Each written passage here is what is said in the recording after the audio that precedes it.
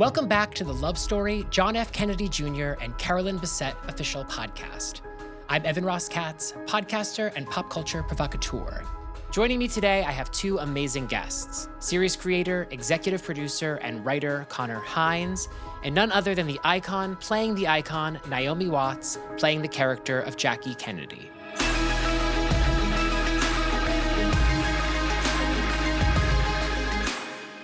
Thank you both so much for joining me. Thanks for having us.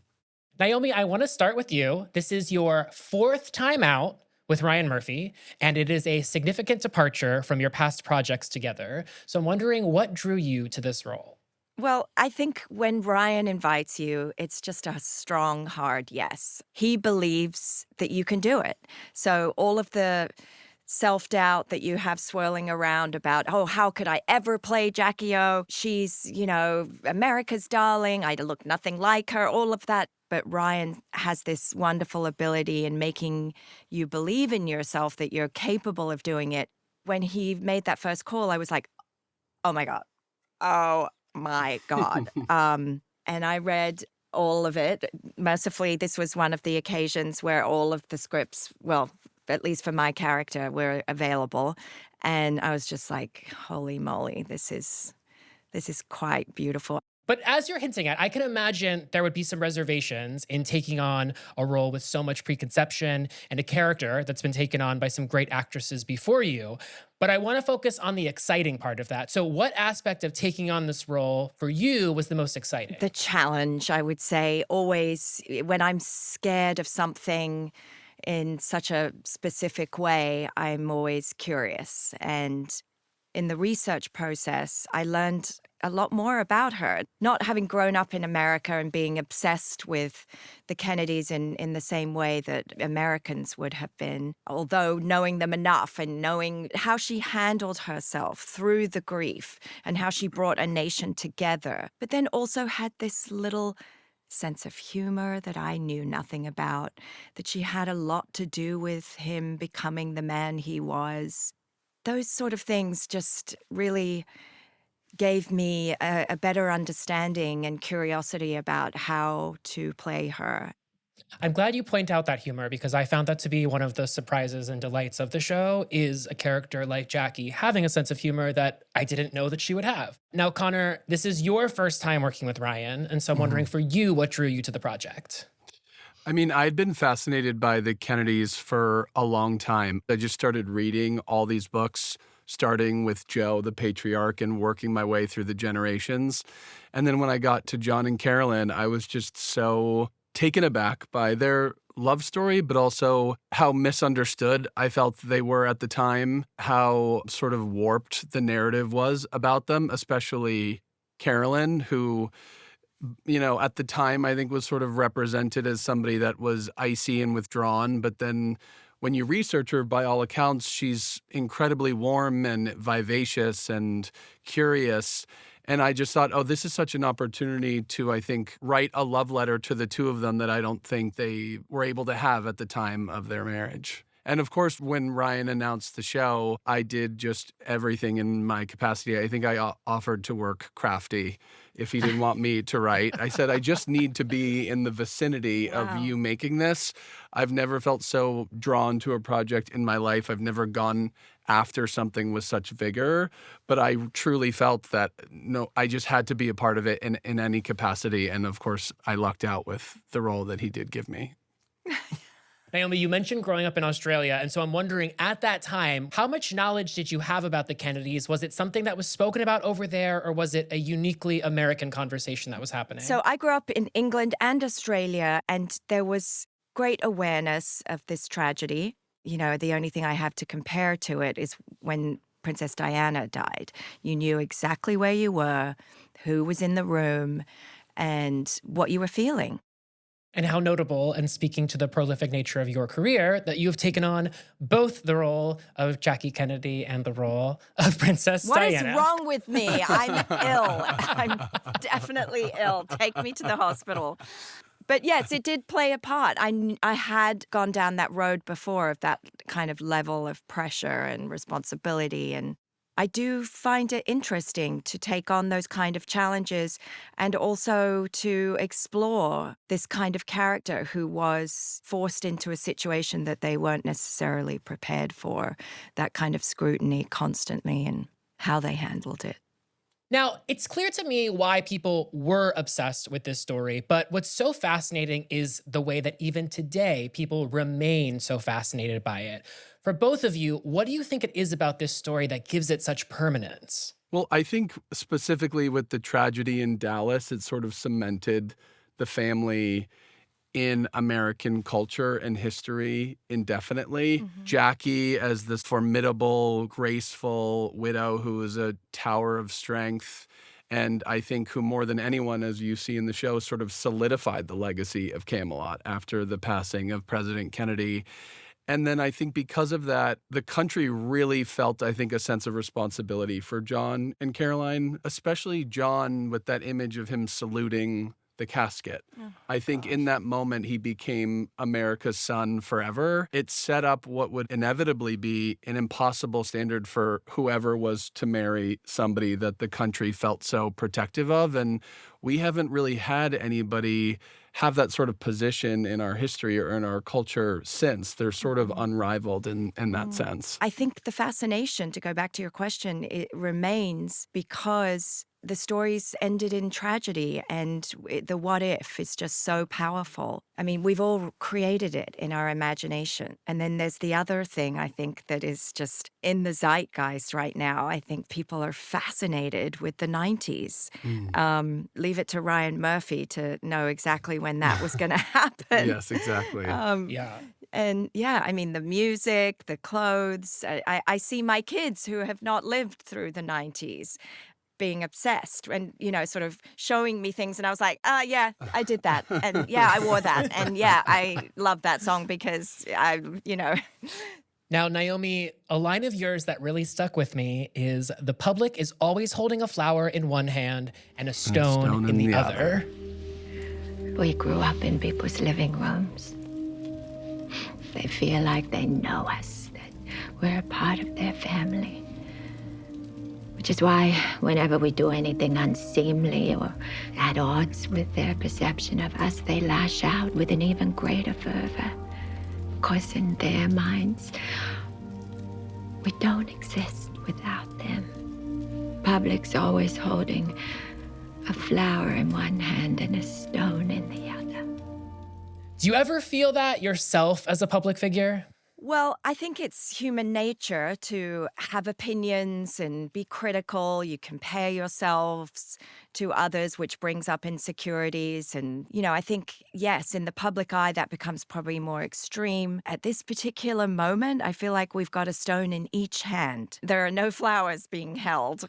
And that is sort of sad and heartbreaking. And, what was so memorable and wonderful about Jackie Kennedy was the grace and strength, despite the hardships and tragedies that she walked through, was still able to keep people together. Right. And Connor, I love that you finished my sentence as I'm spelling out the line. So it's clear to me like these lines have really stuck with you. And so I'm wondering, during the writing process, what was it like for you to sort of give a voice to Jackie? Were there past interpretations that you'd seen that you were calling on in building her out? Were you using the research that you'd done? How did you formulate your take on her? I mean, I think the hardest part was just distinguishing the public persona from the mother and the friend. And I wanted it to feel like when you were with them that you were with a family, not royalty, not a political dynasty. And so I think there had to be more of a sense of playfulness amongst the family that, yes, we project all of this onto them, this fame and celebrity, but when they're all gathered together, it's a mother and her two children having dinner. And so I think it was just really important that you felt the sense that this was a family first and foremost, and that you weren't watching a show about politics or royalty. And that I think that just meant doing lots of research so I could find the voice behind the one that was routinely presented publicly. I also think one of the most remarkable things about her is that despite the microscope that those children were raised under, by all accounts, she raised such kind and respectful children that could have so easily could have gone by the wayside with everything that they'd gone through. And I think you really get a sense of that in Naomi's performance of just how loving and protective and the lengths that she went to maintain a sense of normalcy and integrity for her children. And I think that's one of her lasting legacies, along with, being the first lady that she was. So there are a few voices in the public consciousness more recognizable than Jackie Kennedy's. You'd think after 40 years of attending these family functions, I'd be unflappable, but no. I still somehow revert back to that same old 22-year-old doe-eyed debutante. So Naomi, can you talk about your approach to quite literally finding her voice? Yeah, this was definitely a grind. And a lot of my fear was attached to the fact that her voice was so unique, so memorable. I really had to put hours on the clock to really get anywhere close to having it sound not just like a voice, by the way, like, hers, because you don't want just a voice. That can be created through technique, but you have to live in it, and it has to become yours. And so I worked with the great dialect coach Jerome Butler, and I've worked with him many times before. I listened to everything available. She had a lot of sing-song in her voice and certain sounds that were distinctly Boston and some New York sounds as well. And then also a little bit of like European in there. She spoke several European languages. Hopefully I did it justice. She does, and then some. Yes, I can attest. Sure it's extraordinary. Yeah, and you want to get to a place where you don't just know the lines and know how to say them, but that you can actually walk around talking in that voice all day long, much to the chagrin of my husband, who'd be like, oh, God, okay, can you talk to me like a normal person? Naomi, it's notable that your character and the character of Carolyn never meet. Do you imagine that these two characters would have gotten along? I mean, dare I say it, I think I'm going to go with the fantasy that yes is the answer, that they would have gotten along. She would have liked her spunk and her ability to be strong and stoic, but not a spectacle at any time. She wasn't chaotic. I think there may have been some parallels drawn in terms of how she saw what she was capable of and the salt of who she was. And it again, another great tragedy that they never did meet. Yes, because I feel like they both had a self-possession, Yes. a really strong sense of who they were. And I think But they didn't shove it in the face of others. No. And then I think in kind they responded to other people who also stood in themselves and had a sense of who they were and responded to authenticity from people. Yeah, I definitely think there are some parallels in the power that they both possessed. I like to also cling to the fantasy that they would have gotten along quite well. I'm with you. So zooming out on the experience of making this show, I'm wondering for you both what your favorite part of the shoot was. Something that really I wasn't expecting and really surprised me was the dynamic and familiarity amongst the Kennedy family. Your relationship and chemistry with Grace and Paul felt so real, and I was so moved by it in a way that I wasn't expecting. And I thought all of those scenes together were I felt like I was with a family. And it just felt so real and genuine. I know Gracie, so that was nice. There was a shorthand there, and also we'd worked together on All's Fair.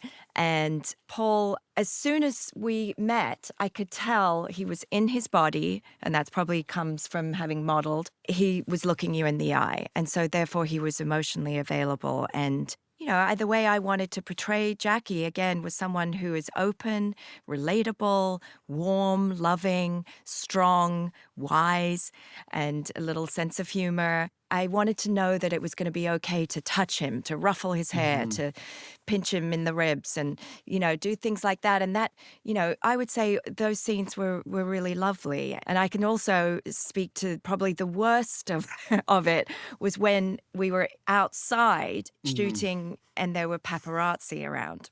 So many paparazzi. So many paparazzi. But having worked long enough in New York City, I know that's a thing, and I am sort of able to shield it. In actuality, in this case, it was really helping me. it was like, okay, this would have been a very similar situation. Because we Jack had paparazzi Yeah, that we we hired. Yeah. and then directly behind them were the real were the real ones. So it was an extremely art imitating life situation, although our actors were slightly more graceful in their approach than the actual paparazzi. Amazing. Well, thank you both so much for your time. Thank and you. I want to congratulate you both. I love this show, and it's been a pleasure to watch, and it's been a pleasure chatting with you both today. Likewise. Thank you so much for your time. Evan. That's all for this time. On the next podcast, I'll be talking to Emmy Award-winning production designer Alex DiGirlando about everything it took to nail the chic and iconic aesthetic of New York in the 90s. You can check it out on Hulu on Disney Plus for bundle subscribers, or wherever you get your podcasts. Terms apply. And watch new episodes of Love Story, John F. Kennedy Jr. and Carolyn Bessette on FX, Hulu, and if you're a bundle subscriber, Hulu on Disney Plus. Terms apply. Be sure to rate, review, and follow the Love Story, John F. Kennedy Jr. and Carolyn Bessette official podcast wherever you watch or listen. I'm Evan Ross Katz, and I'll see you next time.